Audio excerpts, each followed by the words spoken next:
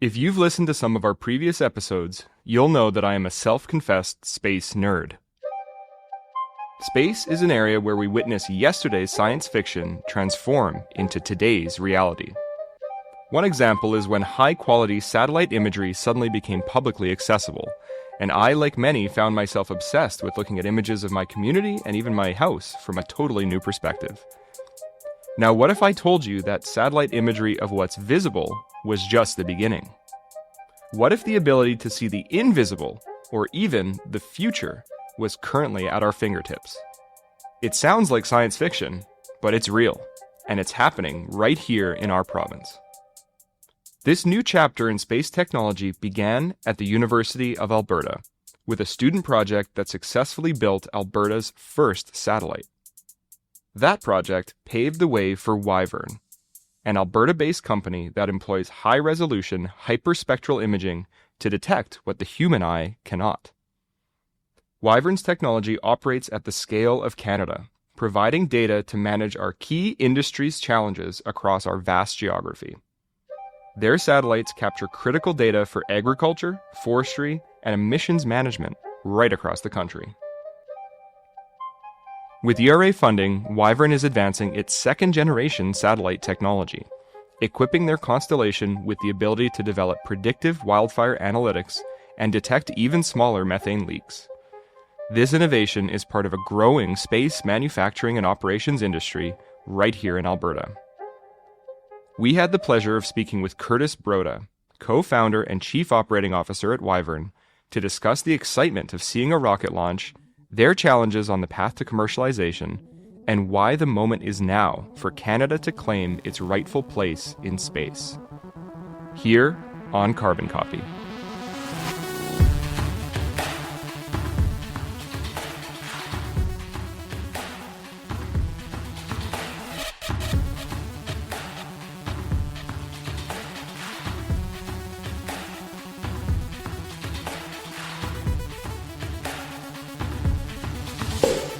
Good morning. Really happy to have you with us today. Let's begin with a bit of an introduction. Can you just state your name and your role at Wyvern? Certainly, I'm Kurtis Broda. I'm a co-founder and the chief operating officer here at Wyvern. My role focuses on the commercial operations as well as overseeing key engineering and operations teams, including the space operations team, which is who schedule the satellite and ensures our imagery gets delivered to customers. And I also touch on product, so trying to understand what do our customers need and working with our product team to kind of translate that into engineering requirements as well as what we should build next. Now, I think Wyvern has a bit of a unique origin story growing out of a student project at the University of Alberta. So could you just walk us through that journey from building Alberta's first satellite to where you are today as a commercial company? Yeah, absolutely. I think the origin story of Wyvern is just really so interesting, and it's like such a success story about translating some university research and student groups into really a commercial impact here in Alberta with a lot of jobs created, a lot of investment. So Chris, our CEO, and my co-founders, there's 4 co-founders total. We're 3 of us were involved with Alberta Sat, but he joined the student group called Alberta Sat. I don't even know the year, the 2010, 2015, 2016. And the group was essentially dead. So there was, I think, maybe like 5 people in it at the time. And there's these ambitions to build a main Alberta satellite. And there was really no chance of that happening with the current group. But over the course of about 5 or 6 years, him and others in the group recruited people. They got some government funding. They did their own crowdfunding. They, raised money from donors. And eventually, the group got to be about 70 or 80 people and built and launched the first ever satellite built in Alberta. The next, two of the other co-founders, Callie and Kristen, had really key roles in the next satellite, which was Exalta 2, so the second built an Alberta satellite. And the student group to this day is actually, I think they're building 3 right now, so it's just growing and growing. It's getting bigger. It really is kind of the genesis of a space manufacturing and operations here in Alberta, and there's actually a student group in Calgary now too that's doing a lot of great work. So the space industry is growing. Where Wyvern kind of came in is back in 2017. I would say space still wasn't really on top of mind for a lot of people, but what we saw is that if a group of students can build and launch a satellite, then something's changed. I mean, like, there's just a big opportunity here. And it kind of led us to this point of, well, satellite imagery can help solve problems here on Earth. And now is the time, I think, to start a space imaging company because we can be early on the wave. And I think that, a lot of these space imaging is going to be a big deal. Why can we not build one of these satellites to, solve problems here on Earth? So it kind of really came from like, why not, as opposed to like you know, why should we? It's just, it seemed clear that we should. Now, full disclosure, I was not actually part of Alberta Sat. I met Chris in grad school, and he kind of asked me, "Hey, do you want to start a space company?" And how do you say no to that? Really, it's kind of just yeah, sure, let's do it. That is such a cool story, and I remember during my days on campus, I think it was probably during those early days of the Alberta SAT group that you mentioned, and just hearing about some of the buzz and the excitement. I think when things started to ramp up towards that launch of that first satellite, and then to see where it's come is just amazing. And from firsthand experience, those student groups are where so many interesting inventions and innovations and really the start of so many things comes from. So I just love to be able to tell that story and see how your company has come from those humble beginnings. So as a co-founder, what has been the most exciting or challenging part of growing Wyvern from a student project into what it is today?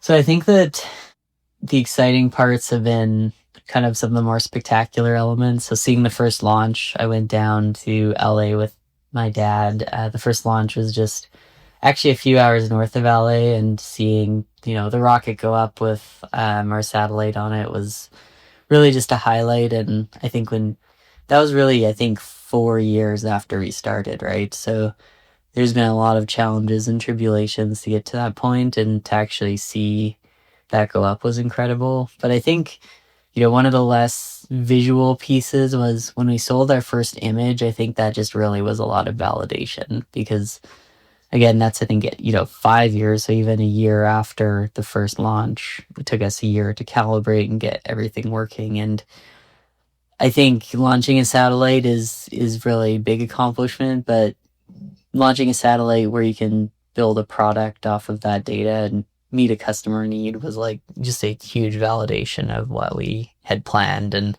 some of the assumptions and risks that we took. So that was really validating. Yeah, in terms of the challenges, I think it's been, I alluded to it earlier, 4 years between founding and launch is a long time.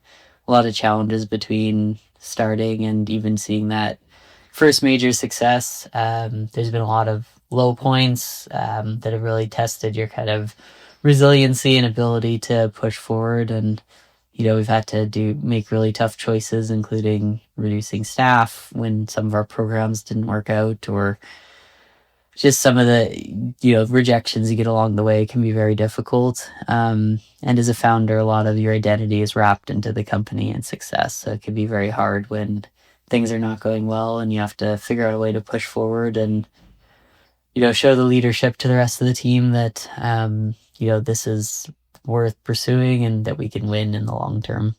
A lot of threads to pull on there. One of which is, I'll say, this is ERA's second ever satellite project, and we did an episode on the other one, which is GHG Sat, who I think folks are familiar with. And we had a similar story of, the excitement of seeing the first launch and really getting the first, satellite up on orbit. But I think you said something very similar, which is, getting the satellite launched today is almost the easy part, and actually getting it working the way you want, building a product around it that you can sell is actually the hard part. So that's really interesting. I think the flashy part, the rocket, the flames, everybody's excited is is just the beginning of the journey. And then, as you said, the trials and tribulations of, basically building a startup around that is really where the hard work gets done, and where founders like yourself have to put in so much blood, sweat, and tears. So What a cool story. What I'd love to do now is just get a little bit into an overview of what we're talking about here, your company and the technology. So, why don't you take me through the basics? What is Wyvern and what is hyperspectral imaging? So Wyvern is a company that uses satellites to take images from space. So the types of images it produces are called hyperspectral images. And what that means is it lets you see the invisible information that's not normally seen with the naked eye. So some of that, invisible information could be crop stress, so how healthy are plants. We could use them for predictive wildfire risk factors, or as part of the ERA project, looking at small methane leaks. So what we do is provide that data layer information to companies who can integrate it into their decision-making process. You touched on this a little bit, but maybe if we can just go one layer deeper. So you said your camera that you put up on the satellite is seeing things that you can't see with the naked eye. So what makes this different from traditional imaging, and what's really the secret sauce here? So it really lets you go beyond the visible. If you take a normal picture of, say, a forest, you can see if the trees are brown or green, and you might be able to see some details. But with hyperspectral, you can actually say, what type of tree is this? Or are they dry? Or in the wildfire context, how much fuel is there for it to burn? You can also look at materials, which, but we probably get into this, but about 30% of our customer base is defense. So material identification is a huge deal. You can look at things in contested areas or areas where it would normally not be available to go into. And the cameras that we're building in this project will help us see small methane leaks from space, so those under 50 kilograms per hour.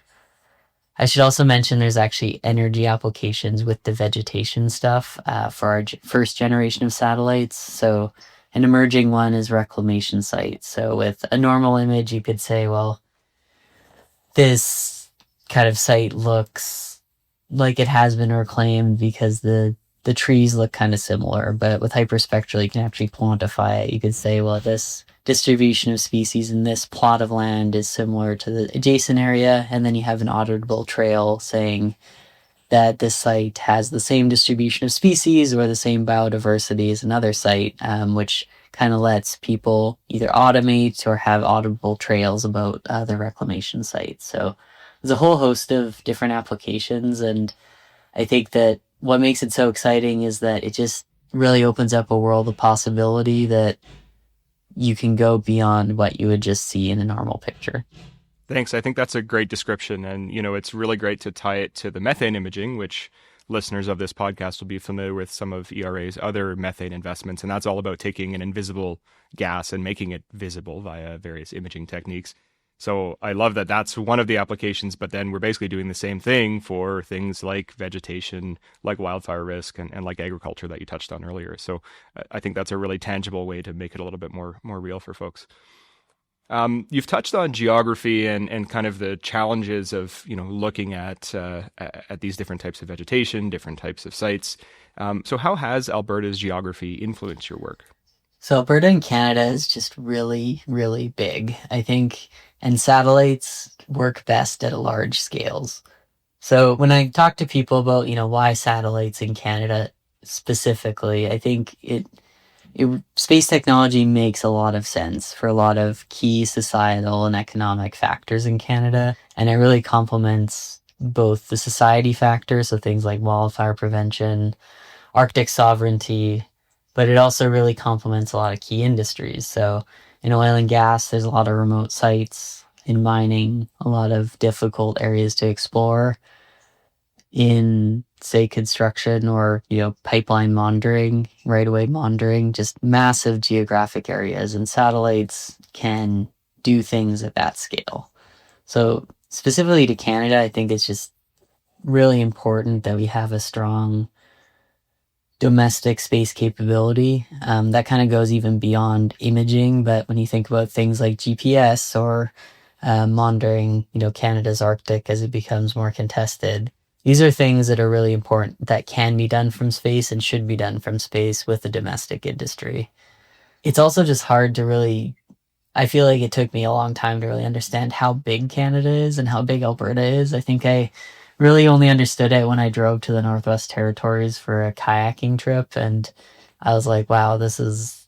And when I kind of do work today on, say, looking at wildfire predictive analytics, I kind of remember that about like how large these forests are and how difficult it is to get some sort of sense of what's going on in those areas. And even when you use planes or drones, they can't do things at the scale that satellites can. And that's why for Alberta specifically, and Western Canada, and pretty much all of Canada, and especially the North, space technology is going to be a key driver of both the economic and societal factors. And I think that the two big groups there really are going to be wildfires, which is a massive problem, and Arctic sovereignty, which is becoming an increasingly difficult and contested issue. That's really cool. So, put it another way, your technology is working at the scale of Canada, which, as you said, is very big. We've been talking largely in generalities, but if I understand correctly, you're now up to 4 satellites in orbit. Could you walk us through what sort of the initial applications you're seeing from that base of units? Yeah, absolutely. So there's really three key sectors: agriculture, forestry, and defense that we do a lot of work in right now. So with agriculture, one of the biggest applications that our customers and partners use our imagery for is nitrogen monitoring. So building fertilizer maps or otherwise helping farmers understand the nitrogen distribution on their farms so they can apply fertilizer or use it more efficiently or apply it where it's most needed. This is really huge, and we've actually been a bit surprised about how well this has worked, as well as the scale in which it could impact people. Like if more people are able to access this technology, it is hard to get working right. A lot of our customers are developing really sophisticated AI or ML models and having to work with farmers to really understand their operational needs. But if you can imagine even getting a 5 or 10% increased yield on your farm because you can understand when you're under fertilizing or when you're over fertilizing, that's a massive, massive impact. And we take that to a Canada size scale with a massive agriculture industry, that's really big. The second is forestry. So we do work with essentially just speciating vegetation, which sounds kind of boring, but the ability to take an image and understand on a fairly fine scale what species are in that area is quite important for forestry, both from production all the way to environmental applications and remediation. We also kind of lump in wildfire risk management, and that's where it's really more about predictive analytics for us. We're not detecting fires, but we're saying if we image a large part of Alberta every year, can we be better at predicting where wildfires will occur and their behavior when they actually happen? And then the last one that I always find just really interesting to talk about is defense. So we do work pretty closely with the Canadian government on imaging and providing them imaging for defense needs and a lot of Canadian sovereignty issues. Satellite imagery to some extent has always been defense driven. It's, I think, about 30 to 40% of the market, which is where we see kind of our revenue streams as well. I think that a lot of military, including Canada, have realized that we are in an era where people are persistently imaging all of your plans in defense. So it's basically changed the paradigm in terms of how defense activities are conducted, and satellites are just becoming a critical layer for that. And I think we're happy to help support the Canadian defense industry and a lot of these really difficult and contested issues that are happening throughout the world today, including along our northern border. Yeah, that's really interesting. And, one thing I've picked up as we've been talking today is you have these sort of big, strategic customers, Canadian military for one, on the defense side. But then you're also working with, large and mid-sized companies. And then you also mentioned you're working all the way down with individual farmers in some cases. So that's I think it's fair to say, quite a diverse and broad customer landscape. So what does that look like? How do you work with such a broad range of customers? And have there been any surprises compared to the assumptions that you started with when you, set out with this business model? So one of our original ideas was that we were going to build the AI applications to solve all these problems, which I think, even in hindsight, that sounds a little bit ambitious, maybe, or a little bit naive that, we can build this super application where you can basically search a map and get the answer. And I think that's still possible, but what we're focused on today is providing the data layer that enables other people to build their analytics. So a lot of these customers I'm talking about, they're sophisticated. They have AI or ML scientists or engineers. They're comfortable inputting imagery like wyverns and using it to build their nitrogen mapping software or their tree speciation software.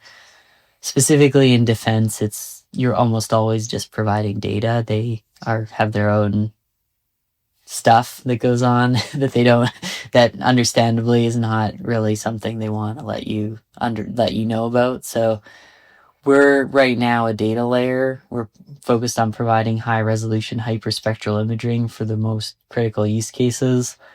We do try to meet some people halfway, so we have our own scientists or engineers that can help people understand the data and use it for their use cases.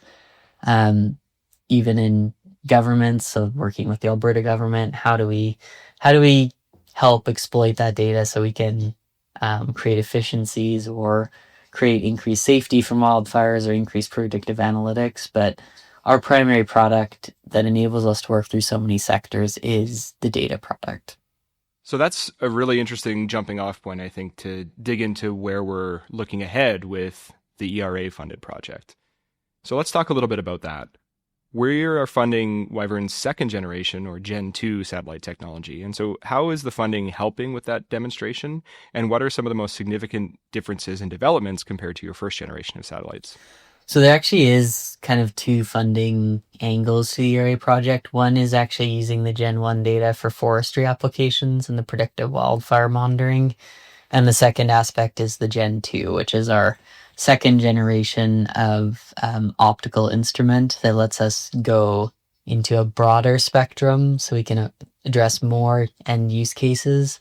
And it also increases our resolution. So customers can start to look at additional analytics products, or it's a higher quality product for them so they can ingest and do different things. There's also things that you can do with Gen 2 that you just cannot do with Gen 1, and that's things like methane detection or exploring for critical minerals requires what's called the shortwave infrared. So that goes into a higher wavelength than what we have on Generation 1. The Gen 2 product is building on a lot of lessons learned from Gen 1. It is a more difficult and complicated instrument, which is why we started with Gen 1. It's a little bit simpler. We can build something faster and less expensive and then use that momentum and technical knowledge to go into our second generation of satellites. Now, for the forestry stuff, what we're doing with the ERA project is looking at, can we image a large part of Alberta and then use that base layer to help either the Alberta government or other companies build predictive analytics for wildfire. So we think this project is really a catalyst for us, both, collecting that large scale data and then having the mechanisms to distribute it. So we could say, hey, look, like, we want to collaborate with you. We're doing this project through ERA. We're building a consortium of different companies, including the government, and we're trying to share information to solve a common problem. And ultimately, yes, we would like to develop a commercial wildfire product with other private companies who build off our data layer, but we need to prove that works first. And we've had some promising results so far. So we've collected a large area of Alberta this year. We started to build relationships with different researchers as well as other private companies. And next year, we're going to start to really look at what analytics can we build off of those? Can we show results? And then into year 3, can we get this in the hands of planners and first responders so we can make a tangible difference in the Alberta ecosystem? Yeah, it's a super cool project, and I really like the thinking around, we're developing essentially a tool, and then there's a whole layer of, well, what can we use this tool for? Mhm. And when you spoke earlier about, if we just started with we're going to build an AI everything app, then it really wouldn't be, specific enough and tailored enough for those individual applications. But by the same token, if you don't have the data, if you don't have the inputs, you can't really build those specialized applications. So I think the project is a really great hybridization of building the technological backbone and demonstrating that, which of course is sort of what ERA is funding at a fundamental level, but then building through to that, okay, and then now how can the end users take this and really run with it and meet their needs. So your project focuses on both wildfire mitigation and methane detection as sort of two of the key outcomes that ERA is funding. What makes those two problems in particular so difficult to solve? There's always going to be multiple solutions to methane detection and abatement and mitigation. It'll go all the way from people in the field using handheld instruments or you know vehicle mounted instruments to things like Kuva, which has tower mounted equipment, all the way to people like GHGSat who are doing large scale methane detection. Where we saw a gap is that about 50% of leaks are under 50 kilograms per hour. And our second generation instrument, we're trying to prove that we can detect leaks below that threshold and start to really push down what's possible with detection limits. Now, our instrument's interesting because it also has other applications, so like moisture and agriculture and critical mineral detection. But I think one of the backbones of the commercial plan for this instrument is around, can we detect those smaller leaks? So you might have Kuva for certain sites, you might have GHGSat where you're monitoring the whole province, but you might have Wyvern to say, I want to monitor 1,000 sites in the most remote areas and get a sense of if there's methane detection or if there's methane leaks at a smaller scale on those sites. And I think that's going to close some of the gaps that we see in Alberta. I don't think it's less likely that we have massive leaks here with a lot of our regulatory regime, but addressing some of that smaller operational side, I think, has a big opportunity. With wildfire, the scale is really the challenge here, and I think the cost. It's not any secret that wildfire prevention, wildfire fighting is very expensive, and what satellites offer is a way to put the maps and the information in the hands of the people that need it, so the planners, the first responders, at a cost that's more palatable to updating this information on a regular basis. So if you wanted to do a tree species map of Alberta every year using planes or in the field, boots in the field, it's going to be very, very expensive. But with satellites, kind of one of the counterintuitive pieces, they're actually not that expensive to purchase a satellite image. So if you want to do all of Alberta, you're looking at a fraction of the cost of doing it with a plane or boots on the ground. What I imagine you could do is you have a hyperspectral base map of Alberta that's updated once a year, once a quarter. So you can have things like the tree species, which shouldn't really change that much, but the fuel grid's updated. You have more updated information of how things are growing. So is there a lot of biomass growth over the season, or has it been a drier year? And then when push comes to shove, if there's a wildfire, if there's a growing wildfire, those can be fed into predictive models that let you make decisions. So where we think this could go is, could this be part of the solution that could prevent another major incident where a town or a city's destroyed? So what if we could have said around Jasper, we've imaged around Jasper and there's these risks that we've noted, and you don't really know where or when these kind of incidents are going to occur, but could we move to a world where that hyperspectral base map lets you make those assessments on a regular basis?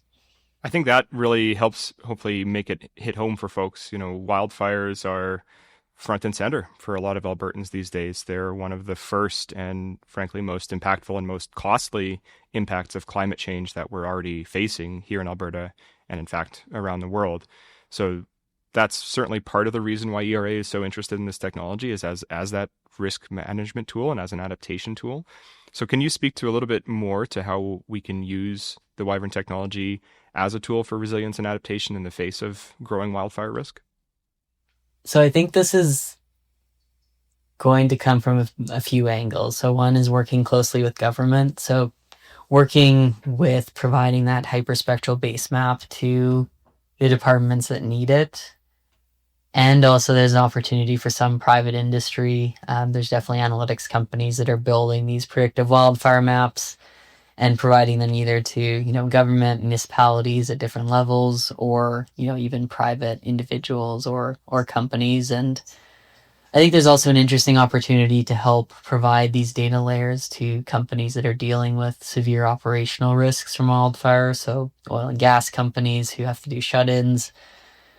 So the opportunity here is really immense that if we can show this data layer is useful, plus have the analytics that enable those decisions, then there's a massive, massive opportunity. It's going to take a lot of work to get there. It's going to take cooperation that we can leverage ERA grant to do. So bringing in the right people, the right stakeholders, companies, individuals, government, researchers who have that ground truth data or can build those models, and then building something specific for Alberta so that this technology will serve both the commercial aspect, but also the societal aspect as well. So we've talked a lot about the need or what this technology is trying to address. I'd love to pivot to just what the impacts and the benefits are. So when we think about Wyvern and long term, once we're operating in a fully commercial fashion, what sort of environmental and economic impacts are we expecting from the success of this technology? So the two that we really came into the project targeting, especially with Gen 2, is can we identify and mitigate a significant portion of the leaks that are below 50 kilograms per hour? So can we regularly find these smaller leaks that often are tough to track down? They might be from smaller facilities where it's not really economical to do a larger methane abatement study or bring in technology from the ground or from a plane. So if we can catch 50% of those, I think there is a big impact to methane emissions in Alberta, in Canada. Wildfire, it's a bit harder to draw a direct GHG benefit because wildfire is just a very complex system. But if we did have a hyperspectral base map of Alberta, if we had a hyperspectral base map of Canada that we enabled government and industry to access, I think that we could reduce the severity of wildfires and we could potentially reduce the human cost. So could this prevent another, Slave Lake? It's tough to say. I don't know. I don't think anyone could draw a direct line to that, but it'd be one more tool in the toolbox that let people assess these risks. Now, there's actually been some interesting findings since the beginning of the project. Another area that's been really, really had some really interesting synergies is with reclamation. So we're trying to prove out, can this imagery let people acquire reclamation certificates? Can we show that instead of sending people out to the field, we could do it with satellite imagery? Can we do audits? So can we have the ability to say, was this done correctly? And can we do that on a really economical and large scale? So there's a lot of reclamation sites that need reclamation certificates out there. It's a really time and labor intensive process. There's probably not enough resources and people to get it done.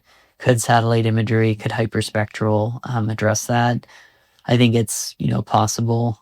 That's super cool. And I think what's really interesting is we're going to see a range of those environmental and economic benefits depending on each application. But when you add up all those applications, you get this really strong potential, which of course is one of the reasons ERA invested in the project. I really liked what you said about the tool and the toolkit approach. I think that's really something we try to lean into at ERA. We're all about trying to support, as many new technologies as possible so that our industries, our governments, other decision makers can have all those tools in the toolkit. So when I hear you say things like, let's just build that hyperspectral map for all of Alberta, and then that's almost a foundation or a platform upon which we can, build more insights and more tools. So really, really exciting.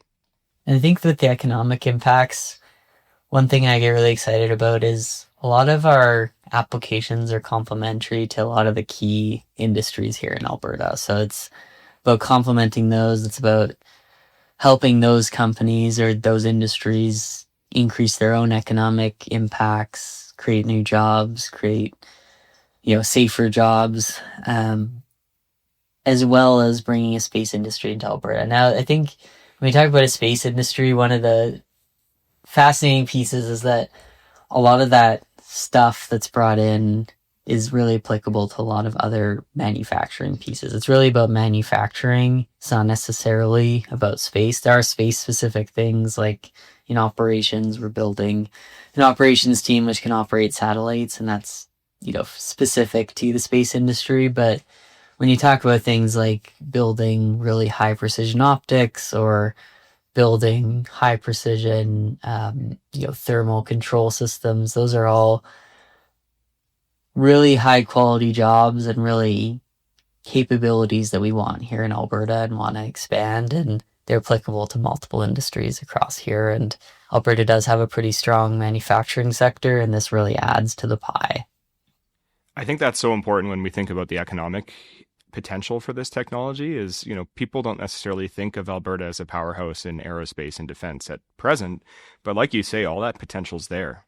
And I think there's a reason when people reference, industrial policy and economic development that's been done really well, the Apollo program, the Moon program is one of the, top things people will reference. And that's because it's a great example of, solving a need for defense and aerospace in that situation that really led to all of these additional technology innovations and breakthroughs that benefited not just those two sectors, but right across the economy and, really provided us with a lot of the technologies that we rely on today. So when we're talking about how can we, lean into our expertise with manufacturing, as you said, developing this technology, that has complementary benefits for our existing industries, but also that long-term leverage, again, it's just a fantastic story from an economic development perspective. But one thing we always like to focus on at ERA is really understanding the challenges that come with technology development. There's a real de-risking component to all of our investments, and this project is no exception. So I'd love to just hear a little bit from you about the challenges that you faced in developing and launching your satellites and how you think the ERA project might help address them. What the ERA program lets us do is de-risk both the commercial and technical aspects. So on the commercial side, space technology is really cool. I get really excited about it.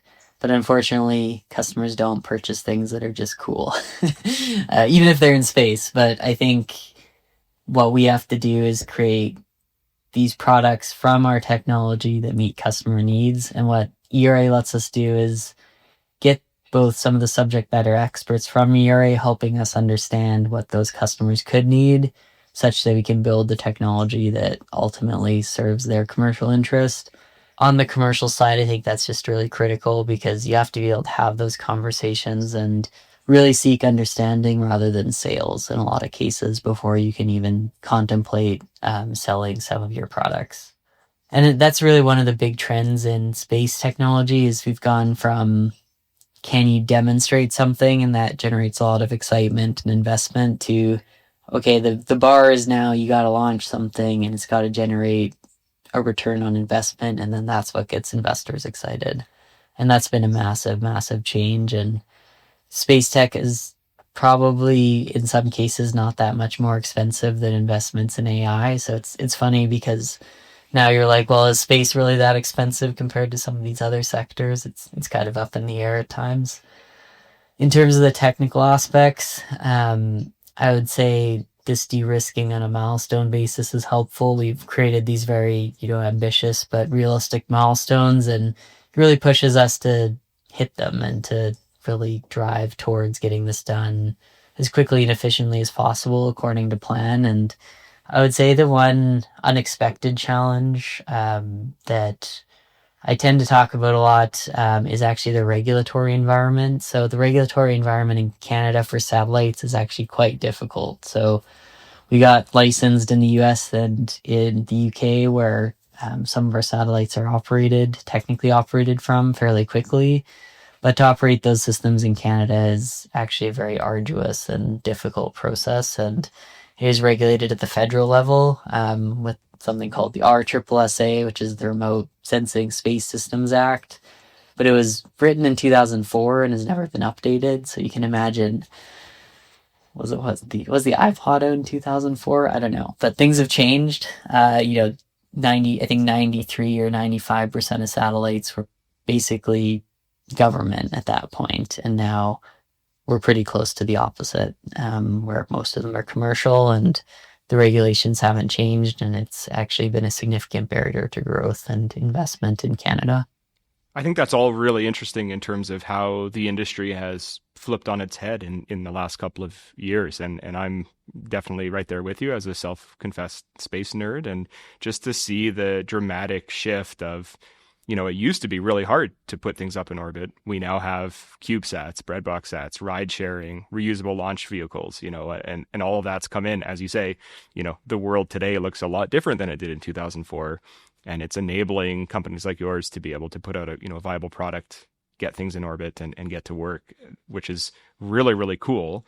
But I agree that I think what we've seen is our regulatory and even our commercial environment hasn't kept pace with that rapid technological shift. So part of investing in projects like this is because we want to hopefully help drive that shift and support innovators like yourselves who are working through that transitional phase and all the challenges that come with it. One thing that I find really fascinating is the concept of how do we build a business case around this. We've talked a little bit about the customer, go to customer approach and really solving the problems that they have. Are there any other, insights that you've gleaned from your time building that business case and what it looks like to build a business case for a space company in particular? So with hardware, you're often making bigger bets with less information, but you can't really use that excuse to not hold yourself to what do I need to see from a commercial perspective before I make those investments. Really, where I think I see a lot of companies fall down, and including where we've made a lot of errors, is building something where we didn't have sufficient proof that it would work, right? You gotta say, okay, I want to solve this customer problem. How do I know it's real? Because a customer might say, yeah, that looks great. Like, talk to me later. But what really speaks is they write a letter saying, I'm highly interested in this. And, the CFO signs off on it saying this would save me $1 million, or even a company might say, if you can build this in the next 3 years, we'll commit to buying 20 of them. And I think space companies have to do that. We have to get those contracts or that commitment prior to launching, so we at least know there is a business case. I would say one thing other countries have done really well is be the customer of first resort, where the government will actually pre-commit. And this is, if you look at things, people like SpaceX or other really successful space companies, they've had this certainty that if they can build it, then the government will purchase it. And I think on the defense side, we're seeing that change a bit in Canada now, but previously Canada wasn't really doing that. I think for us to really have a bigger space economy and a bigger, really frankly, defense economy, that sort of contracting or that sort of commitment is going to have to become a little more common, as it is in a lot of other countries. But I think for a space company, if you can get some commitment from commercial customers, which is how we gain some of our investment for our first generation constellation, we did close some of those contracts. And I think in today's environment, you also need at least one government contract that's substantial and shows that they will, purchase the imagery if it is available. That's a really interesting concept, the government as the customer of first resort, and certainly something we would love to see more of, I think, in Canada. And we've seen, many projects always looking for that first customer. It's a key part of our evaluation criteria, looking for that market pull. Like you say, sometimes you can get those letters, you can get people to sign on, but sometimes the idea is so new and so novel that you can't really get that market pull before you've built some sort of minimum viable product. So it's really, really an interesting space to be in. I think it really de-risks stuff from the government side, because you're not paying anything until the service is available, and then it's up to the company to take the risk and say, we're going to raise some money because we think we can provide this service to the government, which they've said they needed, and do it in a cost-effective way, and then that risk is actually removed from the government side. So I think it's just becoming more common, and I think there's a lot of interesting opportunities there where if we want to leverage that for specifically Canadian problems, say like Arctic sovereignty or, far north or, wildfire imaging, it's okay, we want to pay this much for this service, and the person who can do it can, successfully acquire this contract, but only if they meet these stringent requirements for providing this. One thing ERA always aims to do is to provide supports beyond just the financing that we offer. And so I just wanted to give you an opportunity to speak to your experience working with us, and if you've found that to be true, and if there's any examples of how ERA has contributed to Wyvern's progress beyond just the funding.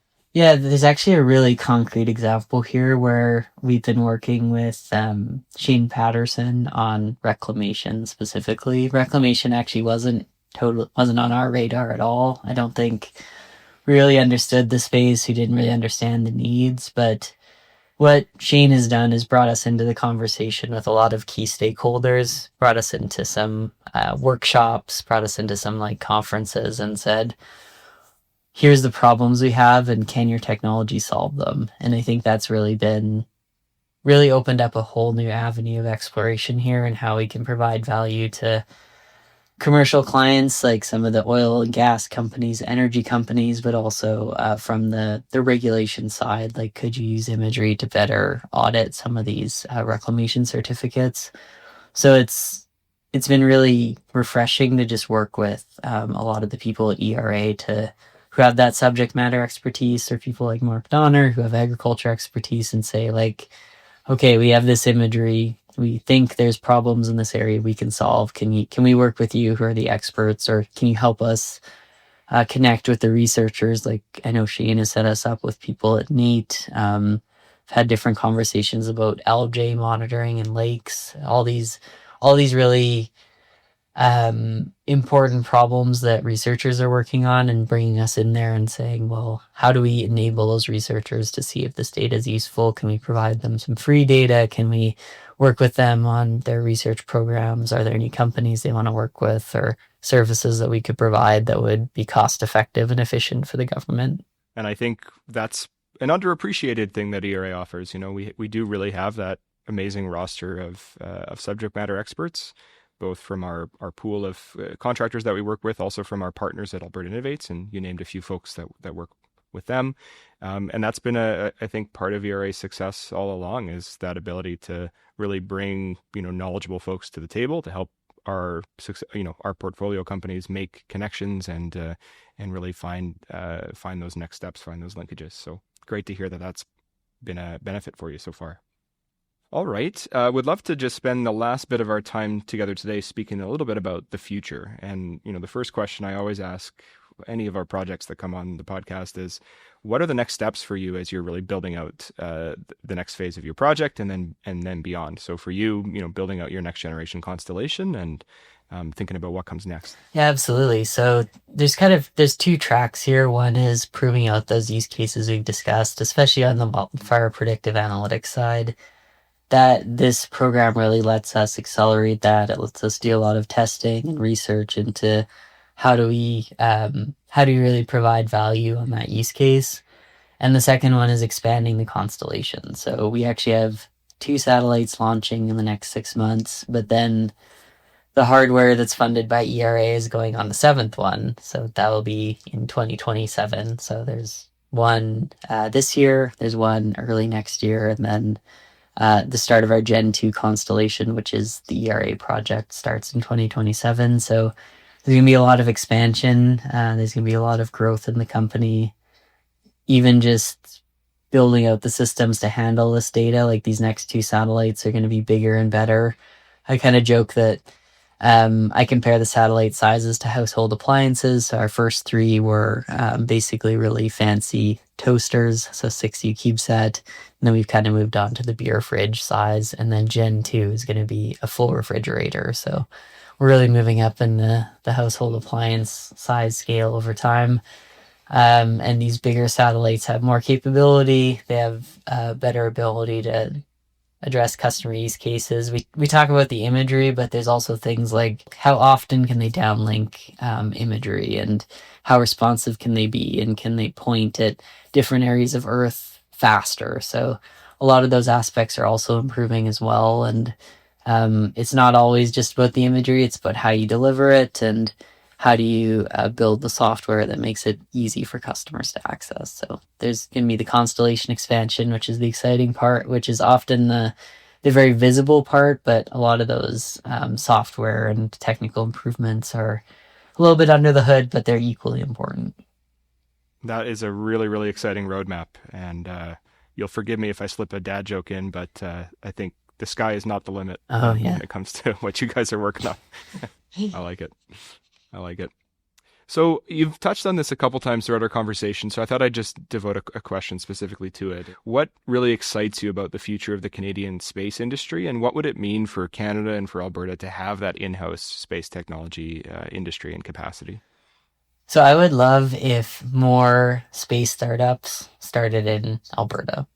One of our goals with Wyvern was to build a space company and a space industry in Alberta. So we're successful when we have a commercial entity that's a going concern, but we're all, I don't think we're successful until there is a thriving space industry here in Alberta, where people are building satellites, they're building software companies that use space data, they're using space data for their most critical industrial and societal applications. There's a big contingent of growing space startups in Canada. There's people like GHGSat who are doing really good work in the methane detection space. There's people like Mission Control who are building autonomous devices for the moon. There's space mining, rocket launches. What we really need is some of these companies to succeed, to, become billion or multi-billion dollar companies. And that will really create a feedback loop of success and growth in the industry.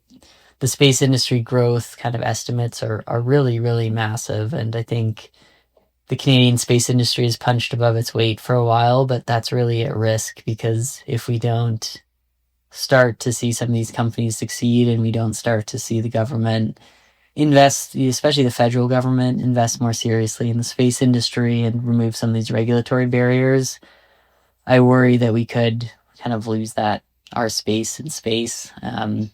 Chris Hadfield actually wrote a really interesting op-ed recently about saying, this is the time that Canada can claim its rightful place in space. And I think I agree with that. It is really possible for a growing space industry in Alberta to be successful. It's really possible that Canada can be a leader in this area, but we have to seize the moment. And I think this is the moment. Wow, that's a great place to leave off. Really inspiring stuff, and can't wait to see what comes next. Is there anything you think we didn't cover that would be really great for our listeners to hear?